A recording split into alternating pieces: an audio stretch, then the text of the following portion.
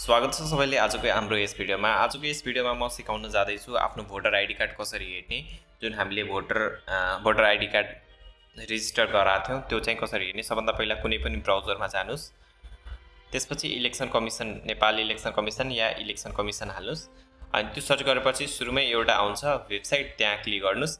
अनि त्यहाँ क्लिक गरेपछि यस्तो हाम्रो 5वटा अप्सन आउँछ। Election commission Nepal, online pre enrolment, voter roll. हामीलाई अहिले भोटर आइडी कार्ड चाहियो भने हामी यहाँ क्लिक गर्छौँ भोटर रोलमा। अनि यहाँ आएपछि हाम्रो यो खुल्छ। अनि हाम्रो चाहिँ अहिले बिस्तारै खुलिरहेछ। त्यस्तो हाम्रो नेपालको वेबसाइट स्ट्रङ छैन, सो यो एकदम बिस्तारै खुल्छ। अनि अलिअलि वेट गर्नु होला, 5-10 सेकेन्ड जति लाग्छ। अनि आफ्नो प्रदेश चुज गर्नुस्, यहाँ आफ्नो जिल्ला चुज गर्ने पर्ने हुन्छ। अनि यहाँबाट आफ्नो जिल्ला चुज गर्नु होला। एकछिन वेट गर्नु होला, नआए पनि के हतार नमान्नु होला, एकछिन वेट गर्नु होला। अनि आफै आउँछ बिस्तारै। अनि यहाँबाट आफ्नो जिल्ला चुज गर्नुस्, यहाँ आफ्नो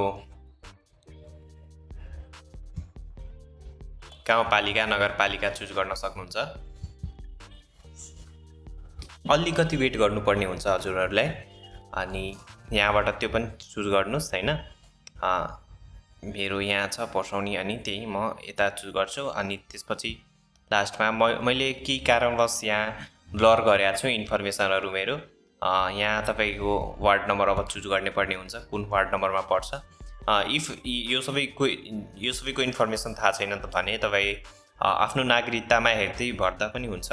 नागरिकतामा कुन चाहिँ छ जिल्लाहरू यो सबै, अनि गाउँपालिका नगरपालिका वार्ड नम्बर पनि त्यही नागरिकताको अनुसार हुन्छ। यहाँ मतदान केन्द्र आफ्नो कहाँ मतदान गर्ने भन्ने हाल्नु हैन, त्यहाँ अप्सन आउँछ। अनि सबमिट गर्दा तपाईँको त्यो जुन ठाउँको हुन्छ त्यो सबै आउँछ हैन।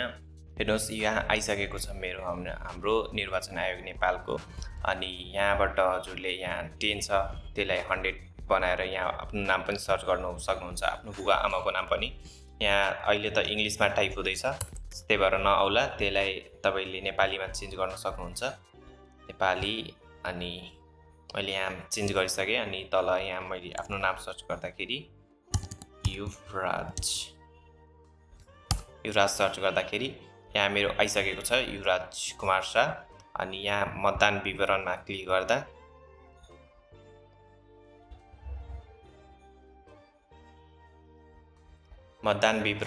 गर्दा अनि त्यहाँ आफ्नो नागरिकता नम्बर हाल्नुपर्ने हुन्छ।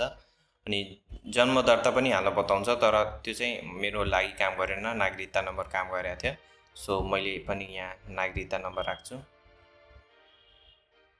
तपाईँहरू नि यहाँ आफ्नो नागरिकता नम्बर लेख्नु होला। बिचमा जुन आउँछ त्यही ड्यास दिने हो, 330178।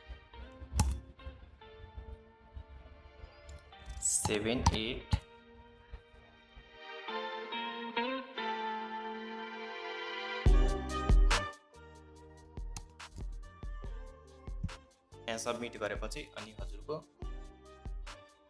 यहाँ खुल्छ। अनि यहाँ खोलेपछि हजुरले यसलाई प्रिन्ट पनि गर्न सक्नुहुन्छ। यहाँ आफ्नो मतदान केन्द्र हेर्नुहोस् भन्नेमा क्लिक गर्नुहुन्छ भने लोकेसन पनि दिइहाल्छ यसले। सो अहिले नगर मैले यसलाई म स्क्रिनसट गर्छु।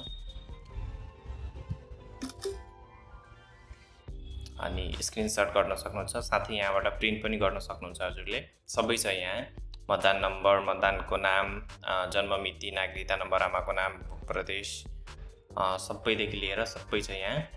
सो यहाँ क्लिक गरेर आफ्नो म्यापहरू हेर्न सक्नुहुन्छ, कहाँ चाहिँ हाम्रो मतदान केन्द्र रहेछ भन्दाखेरि। सो आजको भिडियोको लागि यति नै। भेटौँला फेरि अर्को भिडियोमा, नेक्स्ट भिडियोमा। तबसम्मको लागि Radhe Radhe, by by. If हजुरलाई केही अप्ठ्यारो भयो भने हामीले कमेन्ट गर्न सक्नुहुन्छ, हामी हजुरलाई अवश्य पनि सहयोग गर्नेछौँ। धन्यवाद।